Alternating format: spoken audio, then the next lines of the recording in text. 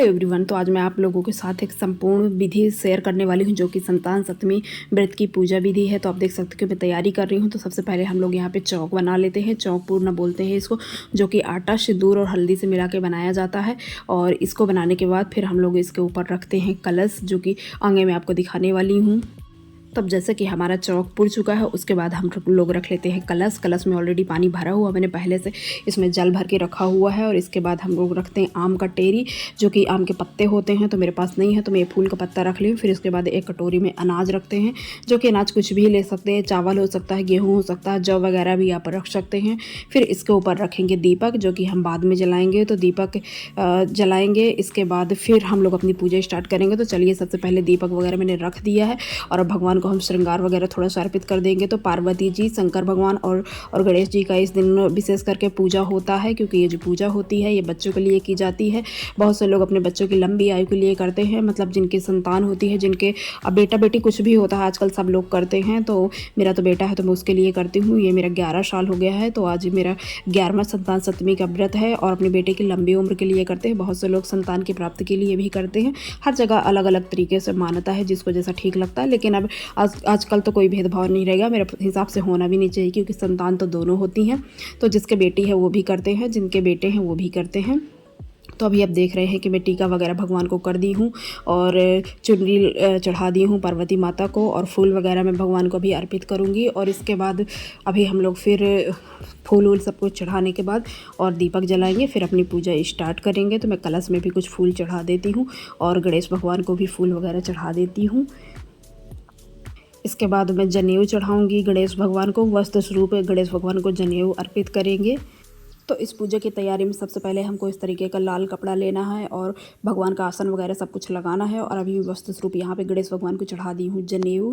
तो यहाँ पे एक कटोरी में मैं गंगा जल निकाल लेती हूँ और पहले से मैंने दूध रखा हुआ है, क्योंकि यहाँ पे खास तौर पे एक चीज़ का बहुत ज़्यादा महत्व होता है। आपको यहाँ पे पूजा करके फिर पहनना होता है। एक चूड़ी हो, चांदी का छल्ला हो अंगूठी के रूप में, या कि चूड़ी हो चांदी का, सोने का, जैसी जिसकी इच्छा होती है उस हिसाब से बनवा लेते हैं।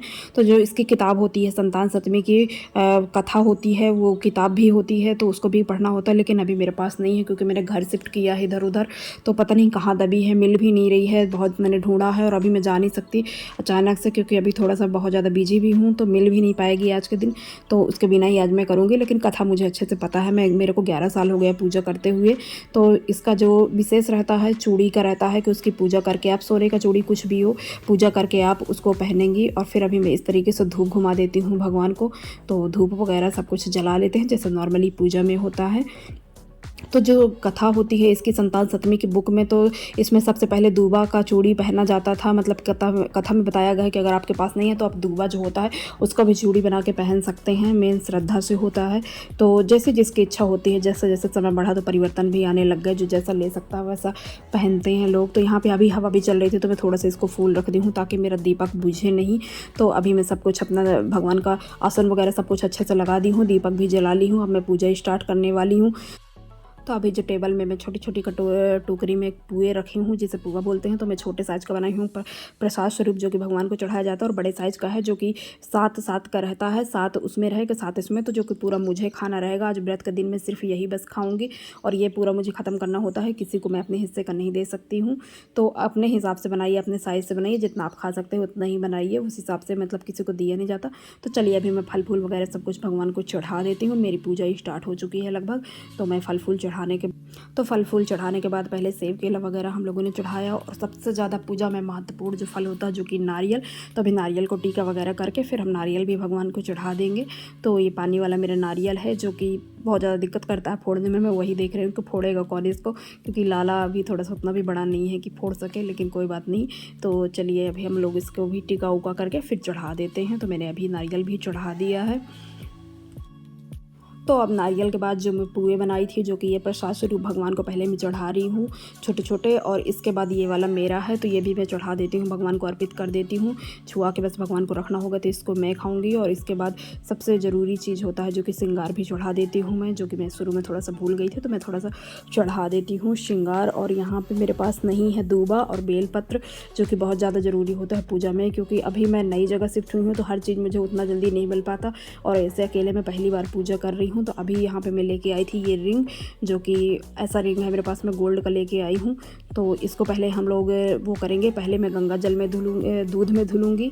पहले दूध में डाल देते हैं इसको, फिर दूध में डालने के बाद फिर गंगा जल में धुलेंगे, और गंगा जल में धुलने के बाद थोड़ा सा फिर इसको पानी से भी धुलते हैं। तो अभी पानी से भी धुलने के बाद फिर हम इसको भगवान को थोड़ा सा टीका उका करके, सिंदूर और हल्दी वगैरह का टीका करके, और इसको भगवान को अर्पित कर देंगे।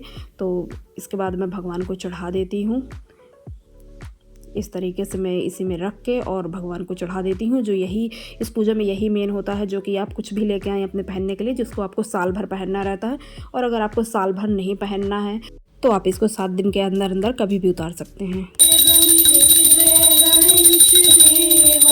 माता जति पार्वती पिता महादेवा, पानी चढ़े फूल चढ़े और चढ़े। तो अभी यहाँ पे पूरी आरती कथा वगैरह सब कुछ कंप्लीट होने के बाद फिर अब हम लगाएंगे हवन, जो कि जो हम लोग प्रसाद स्वरूप चढ़ाए थे, छोटे छोटे जो हमारे पुए थे उनको तोड़ के मैंने डाला है। घी और गुड़ का हवन होता है, जो कि आपको 5 से 7 आहुति देनी होती है। तो आप 5 बार भी हवन कर सकते हैं या कि 7 बार हवन कर सकते हैं। तो इसके बाद हम लोग हवन का अपना टीका पूजी कर लेंगे, फिर इसके बाद हवन करेंगे, और 5 से 7 बार मैं हवन करूँगी। हवन के बाद फिर हमारी पूजा फाइनली कंप्लीट हो जाएगी। और तो संतान सप्तमी की पूजा विधि के बारे में अगर आपको जानना है कि पुए कैसे बनाते हैं, क्या कैसे होता है, तो सारा कुछ मैं एक अपना कंप्लीट ब्लॉग डालूंगी, जो कि कंप्लीट ब्लॉग रहेगा। तो उसमें आपको देखने को मिल जाएगा। यहाँ पे मैं सिर्फ विधि बता रही थी, इसलिए मैं जल्दी जल्दी यहाँ पे बता रही हूँ। पानी उतार देते हैं 7 बार या 5 बार, जितना 3 बार भी आपको उतारना हो। और इसके बाद सब कुछ कंप्लीट हो चुका है हमारा। और अभी हम जो ये अंगूठी रखे थे पूजा करके, तो इसको अब हम सबसे ज़रूरी काम है, इसको पहनेंगे सीधे हाथ में। तो ये मेरी पिछले साल की आप देख सकते हैं। तो अभी पिछले साल की उतार के मैं अब रख दूँगी, और रखने के बाद फिर अभी इस साल वाली जो है तो उसको मैं पहन लेती हूँ। तो ये मेरी इस साल की है, तो अभी मैं फिर से इसको पहन लेती हूँ। और ये मैं साल भर पहनती हूँ।